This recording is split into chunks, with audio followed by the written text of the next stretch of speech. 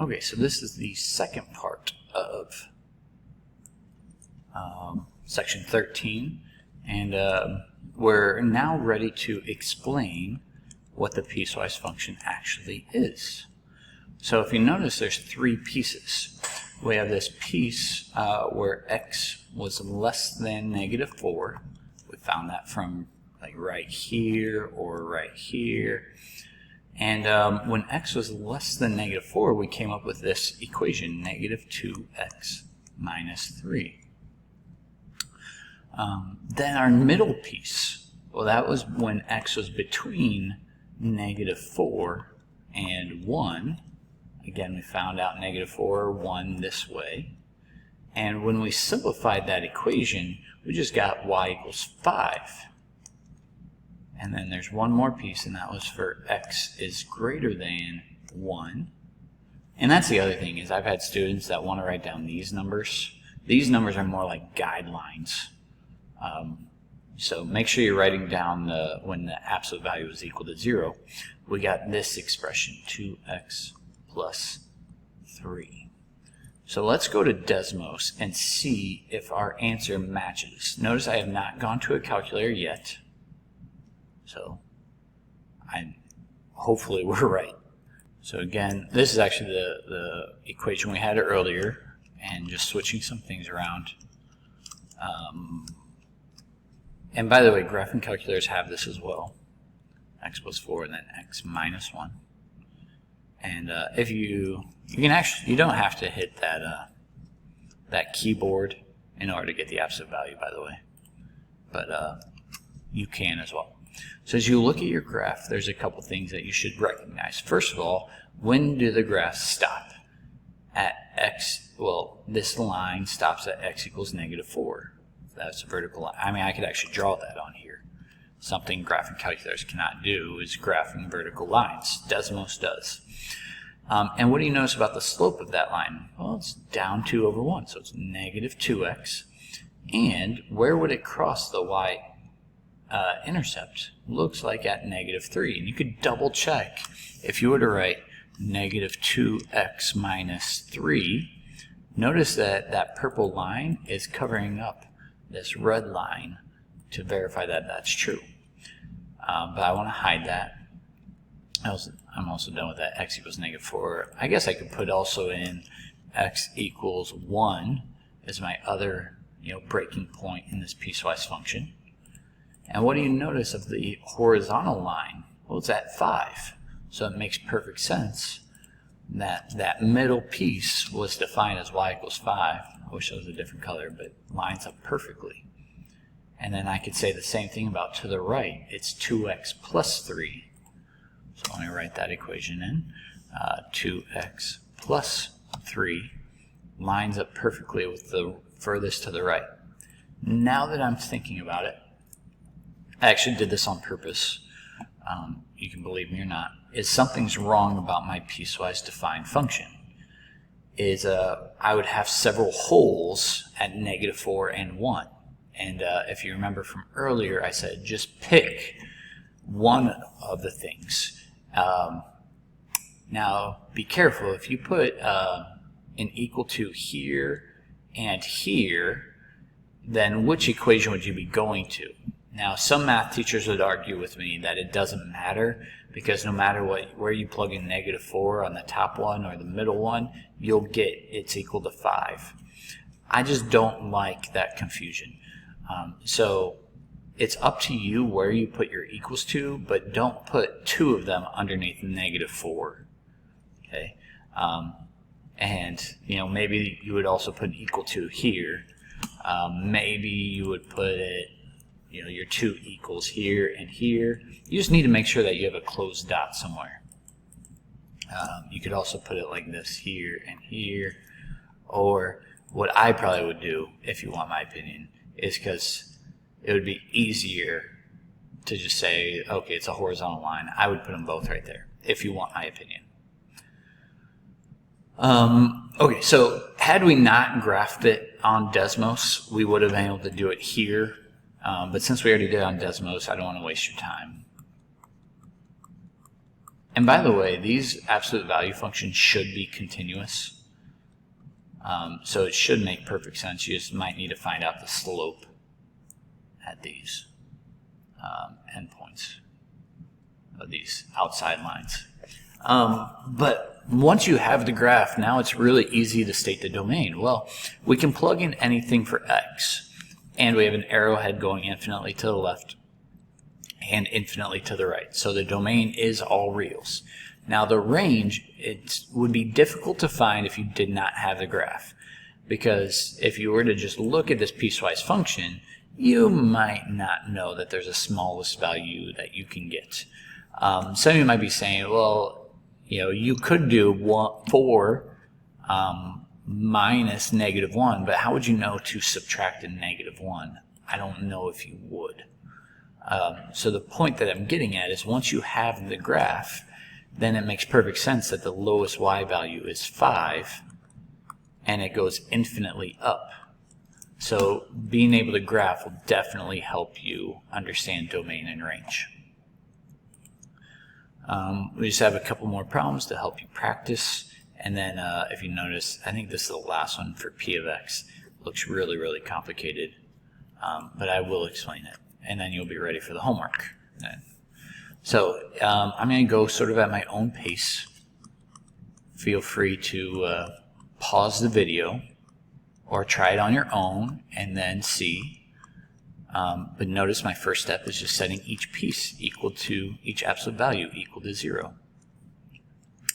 And once you get really good at this, I doubt you'll have to show as much steps as what I'm doing. So make your number line. -2 is further to the left than 3/2. I'll just do one color now. These are guidelines for me, like plugging in -3, 0, and remember this is 1.5, so you can just try 2. So if I were to look at -3 into this problem, well, -3 plus 2 is -1, so the absolute value would change that. And then plug in -3 here, well, it's -6 minus 9 is a -9, excuse me. So it's going to change the sign of that as well. So as I distribute each negative in there, I have -x minus 2x is -3x. And then -2 becomes +3. There you go. Now let's plug in 0 and see what happens. Well, 0 plus 2 is 2. The absolute value will not change that value, so just leave it alone. And then plug in 0 here. -3 is -3. The absolute value does change. So as I'm looking at it, I have x minus 2x. So that's -x. And 2 plus 3 will give me 5.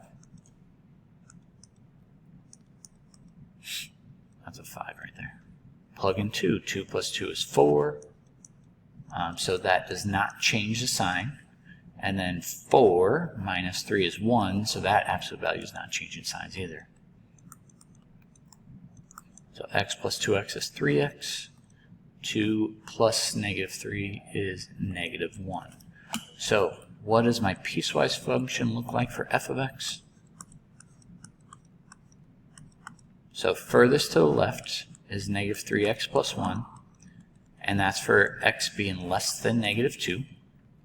My middle function was -x plus 5, and this is where I tend to put, -2 is less than or equal to x, which is less than or equal to 3/2, and then my bottom function is that equation 3x minus 1, I should say expression, for x being greater than 3/2. So how can I graph this then? Okay, well, make sure that if you're doing -3x plus 1, typically you would start at the y-intercept of 1, and your slope would be down 3, right 1. But, we want to go to the left of -2, so backwards would be up 3, left 1. Up 3, left 1. Now, right now, I'm doing a closed dot, but maybe I should be doing an open dot. Up 3, left 1.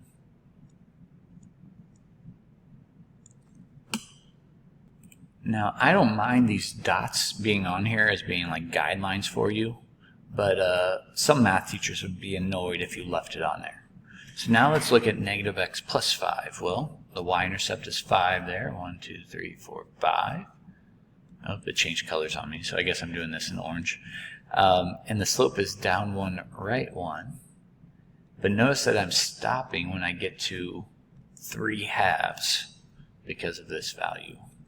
And if I kept going back, remember earlier I said that these functions are continuous, so those dots will be filled in. They will be connected on these absolute value problems. And since I'm doing different colors, I might as well do this last one in a different color. So this equation is 3x minus 1. So as a guideline, you would have started down 1,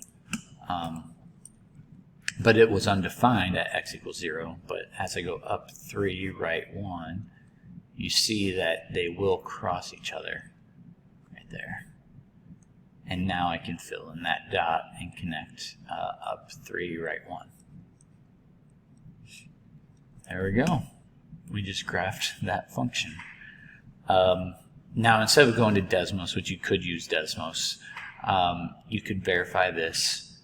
If the directions asked for the domain and range, domain is all reals. The range looks like it's a 3.5 with a bracket to infinity, things like that. So what do we do when we get to a more complicated thing? The process is still the same. Now, you just want to set that absolute value part equal to 0, and don't concern yourself with the other. Oh, I got to be careful on how I say this. And the reason why I need to be careful is you do need to consider the denominator.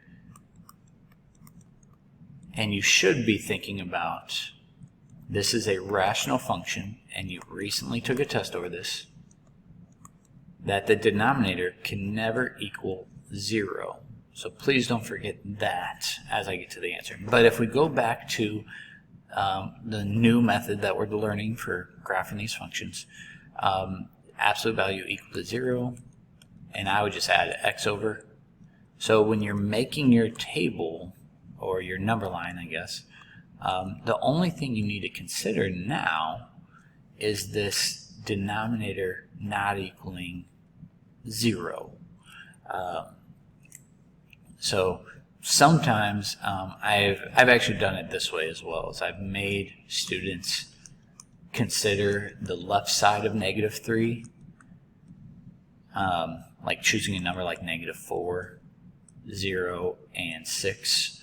But you'll notice if you do -4 or 0, all of this work, that's on this side of the graph, would be the same.